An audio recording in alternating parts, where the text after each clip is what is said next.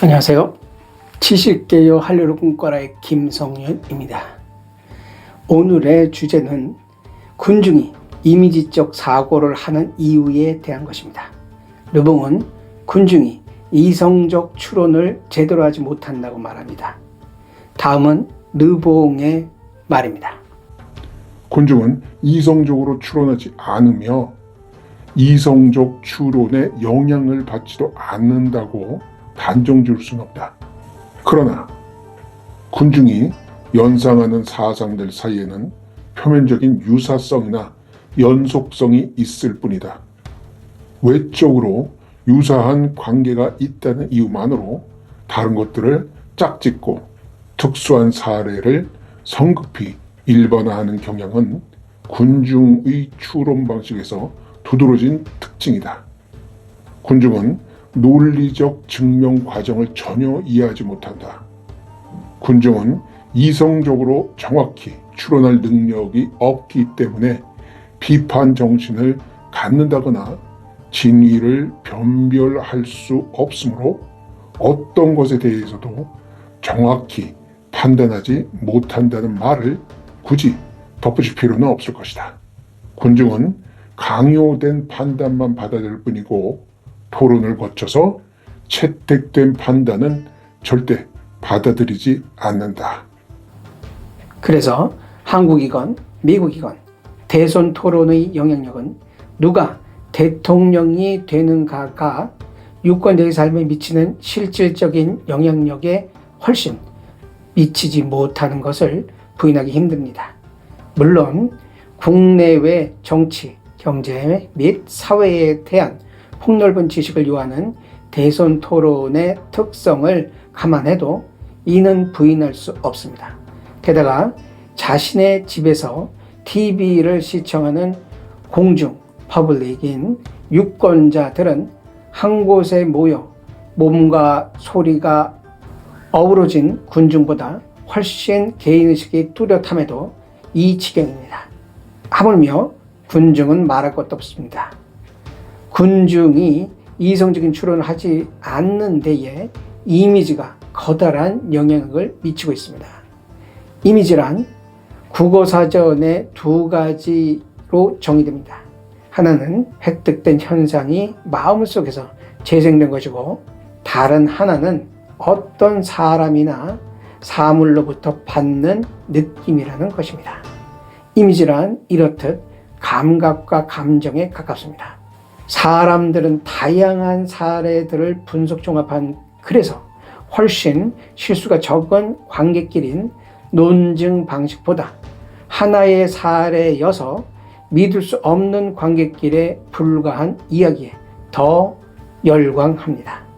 이는 논증 방식보다 이야기가 훨씬 구체적인 이미지를 만드는데 탁월하기 때문입니다. 이는 한 곳에 모인 군중은 말할 것도 없고 심지어 매스컴 등 네트워크에서 연결된 공중, 퍼블릭조차 그러합니다. 우리는 선거에서 유권자 공중을 보면 이를 쉽게 알 수 있습니다. 그들은 아무리 통계적이고 사실적인 증거와 이들 간의 치밀한 논리적인 추론을 내놓아도 근거도 없는 거짓성 혐오 발언을 반복하면 여기에 넘어갑니다. 지난 세기 초에 괴벨스의 유대인 혐오 발언뿐 아니라 21세기 지금 미 대선에서 트럼프 측의 오하이오주 스프링필드의 IT 이민의 애완동물 식용 발언 등이 그러합니다. 히틀러나 트럼프나 이 사실을 잘 알고 있죠. 어떤 인물이나 사진 혹은 사고가 군중의 머릿속에 환기한 이미지는 현실만큼이나 생생하다. 왜냐하면 어떤 인물이나 사진이나 사고가 우리의 마음에 표상될 때에는 1차적으로 이미지로 표현됩니다. 즉 감각에 의해 지각된 이미지나 감정의 느낌에 의한 이미지로 우리 마음에 표상됩니다. 여기서 감각에 의해 생성된 이미지의 대표적인 것은 시각적 이미지입니다. 하지만 감각은 시각 이외에도 청각, 후각, 미각, 촉각 등이 있으며 이 모든 감각도 이미지를 만듭니다. 이런 마음에 표상된 이미지는 감정의 기능 중 하나인 느낌을 통해 감정, 더 나아가 욕망과 연결됩니다. 감정은 기능에 따라 세 가지로 나뉩니다. 첫째가 욕망 충족에 방해되는 대상을 통제하기 위한 분노나 위협으로부터 도망가려는 두려움 등의 대응형 감정이고, 둘째가 상대에게 자신의 분노나 슬픔 등의 감정을 표현하려는 표현형 감정입니다. 그리고 마지막이 환경과의 관계하기에서 욕망 충족의 다양한 양상을 좋다, 싫다 등의 간단한 느낌으로 묶는 느낌형 감정이 있습니다. 느낌은 감정이 세계와 관계하는 중요한 방식 중 하나입니다. 사람들에게 비행기와 자동차 중 어떤 것이 더 위험한가라고 물으면 대부분 비행기가 더 위험하다고 말합니다. 하지만 실제로는 비행기 사고가 발생할 확률보다 자동차 사고가 발생할 확률이 훨씬 큽니다. 그럼 왜 사람들은 비행기가 더 위험하다고 판단했을까요?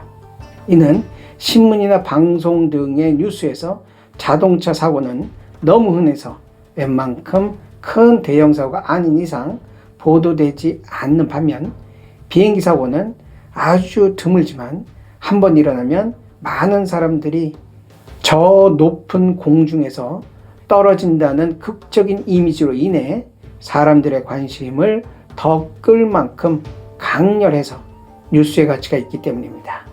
그래서 위의 질문이 왔을 때 우리의 머릿속에서 실제 사건과 무관하게 강렬한 이미지를 남겼고, 그래서 더 가용한 정보가 비행기였던 것입니다. 이를 가용성 휴리스틱, availability heuristic이라고 합니다. 이는 어떤 일의 발생 빈도를 생각할 때 예를 떠올리기 쉬운 쪽, 즉 이미지가 강렬한 쪽이 더 빈도가 높다고 생각하는 것입니다. 이를 르봉은 잘 알고 있었습니다. 잡다한 범죄와 사소한 사건은 아무리 많아도 군중의 상상력을 자극하지 못한다. 반면에 단 한 건의 흉악한 범죄와 충격적인 사건은 그 피해가 사소한 사건 100건의 초래한 피해의 합에 훨씬 못 미치더라도 군중에게 깊은 인상을 남긴다. 수년 전에 독감이 유행하며 파리에서만 몇 주 만에 5천 명이 사망했지만 파리 시민의 상상력에는 별다른 충격을 주지 않았다. 시각적 이미지로 표현되지 않고 주 단위의 통계 숫자로만 발표되었기 때문이다. 그러나 만약 같은 날 에펠탑이 눈앞에서 무너지는 사고가 일어나 5천 명이 아니라 500명이 사망했더라면 군중의 상상력은 엄청난 충격을 받았을 것이다. 인류 역사의 99% 이상을 차지하는 구석기, 신석기 시대까지 인류에게 오늘날 인류가 말하는 논리적 사고란 생경한 것이었습니다.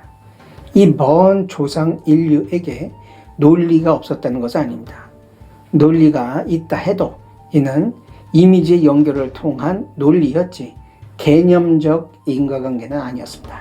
특히 자연 상태에서 약자였던 소규모의 인류 무리들의 영역 충족에서 가장 중요한 것은 며칠을 굶는 것보다 한순간의 생명을 위협하는 존재들로부터 빠르고 강력하게 벗어나는 것이었습니다.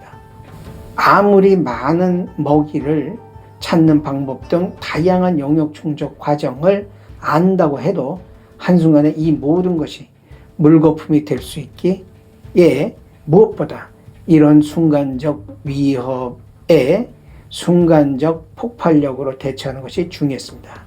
그러기에 개념적 사고보다 이미지적 사고가 훨씬 강력한 효용성을 갖기도 했습니다. 예를 들어 공포란 개념을 아무리 분석해도 공포의 이미지보다 인간을 더 빠르고 강력하게 반응하게 만들지 못합니다. 이미지적 사고는 언어적 사고보다 훨씬 선천적이고 본성 친화적입니다. 여기에 더해서 리바이어선 욕망의 충족으로 진입하는 과정에서 겪게 되는 집단 내 합체로 인한 개인의식의 희미해짐은 후천적으로 길러진 이성적 사고를 비롯한 개념적 분별력을 약화시키고 이보다 선천적인 이미지적 사고를 촉진시킵니다. 따라서 군중은 개념에 기초한 이성적 사고보다 이미지적 사고에 의존해 군중 행동을 하는 것입니다. 군중은 이미지로만 생각할 수 있기 때문에 이미지로만 감동을 받는다. 또 이미지만이 군중에게 겁을 주거나 마음을 사로잡아 그들을 행동하게 만들 수 있다. 오늘 영상은 여기까지로 하겠습니다. 지금까지 시청해 주셔서 감사합니다. 좋아요, 구독 부탁드립니다.